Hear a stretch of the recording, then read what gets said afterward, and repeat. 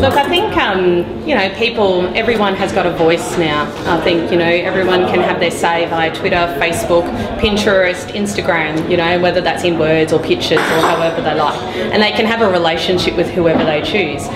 You know, a lot of our research tells us that, you know, people really want to talk, you know, they really want to interact with the Australian government and the services it provides. And so I think, you know, digital technologies enable the government to do that in a really cost-effective way, but also to do it in the way that people like to interact with others. So I think that's a great opportunity for government. So for the department, so we have a couple of department level social media channels. So we use Facebook and Twitter, and they're very, very new sort of channels for the department, and they're slowly increasing in terms of their engagement and the kind of information that they provide to people. However, there is a couple of social media channels that our department uses for a couple of very specific projects and campaigns. They both use Facebook. One is for the Line campaign, which is a primary prevention campaign to reduce violence against women and children.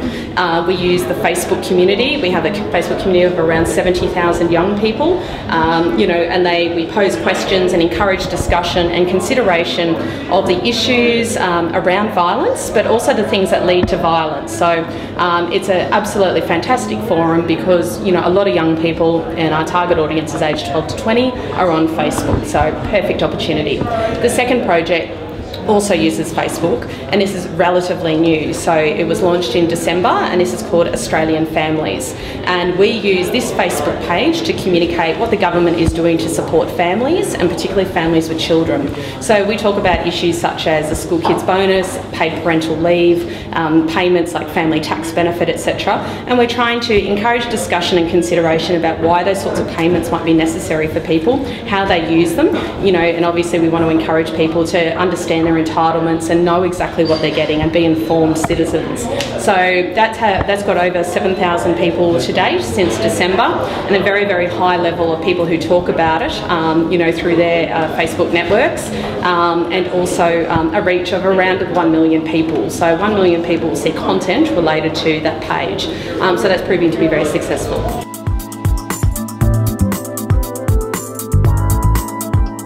So the risks, and government is always very cognizant of the risks, because obviously, you know, we have, you know, there are risks in terms of public perception, you know, crisis management. You know, we want to make sure that people fully understand, you know, what the government is providing to them, what the offer is. You know, we also have a responsibility towards the people that we engage with. So, for example, the risks with, you know, managing the Facebook page for the Line campaign, you know, is around young people disclosing, you know, really, really serious issues around abuse or violence in the home, you know, things that if they disclose on Facebook, you know, we need to make sure that they're supported and they're able to be linked to the support and the services that they might need. So our risk is around ensuring that we have an appropriate response, you know, to the young people, and we have a duty of care essentially to these young individuals. So, you know, we have extensive risk documentation, you know, and that is something that government does a lot of. You know, it's a reality. You know, there is a lot of paperwork, and there is a lot of, you know, risk mitigation strategies that we need to develop. You know, because our senior executives and our ministers need to be assured that, you know, we're taking an approach that will actually result in the best outcome for the people that we're trying to target. So some of the risks as well, you know, is always around resourcing. So, you know, setting up Facebook pages and social media channels, you know, they're resource intensive. So we need to manage the risk that what if those resources dry up? What if we don't have the money for it? What if, you know, we can't afford external moderation, we have to moderate internally. So these are all of the issues that we need to cover off as well. In terms of other risks, look, risk to reputation.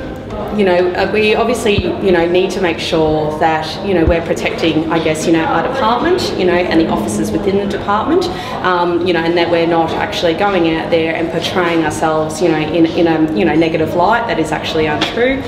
You know, we need to make sure that people get the right end of the story, and that we're portraying things in a correct manner. I think for this conference, it's actually quite interesting because it's a very broad spectrum. And what I like to see, even though I'll be speaking about social media at the conference, is that it's moving beyond that. So I think government needs, is grappling with, I guess, the notion of engaging with citizens, through technology, and online.